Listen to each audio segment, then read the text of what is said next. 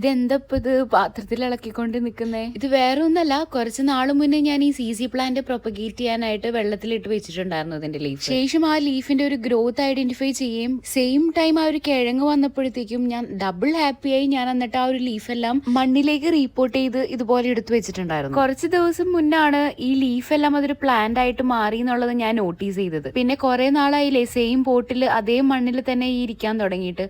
അപ്പൊ ഞാൻ വിചാരിച്ചു അതെന്തായാലും വേറൊരു മണ്ണിലേക്ക് എടുത്ത് മാറ്റി ഒന്നും കൂടി നട്ട് കഴിഞ്ഞിട്ടുണ്ടെങ്കിൽ നന്നായിരിക്കുമല്ലോ. പിന്നെ ഒരു മാറ്റം എന്തുകൊണ്ട് നല്ലതാണല്ലോ. ഈ പ്ലാന്റ്സ് പ്രൊപ്പഗേഷൻ അല്ലെങ്കിൽ ഈ പ്ലാൻ കെയർ ഒക്കെ എൻ്റെ മെയിൻ ഹോബി ആയിരുന്നു.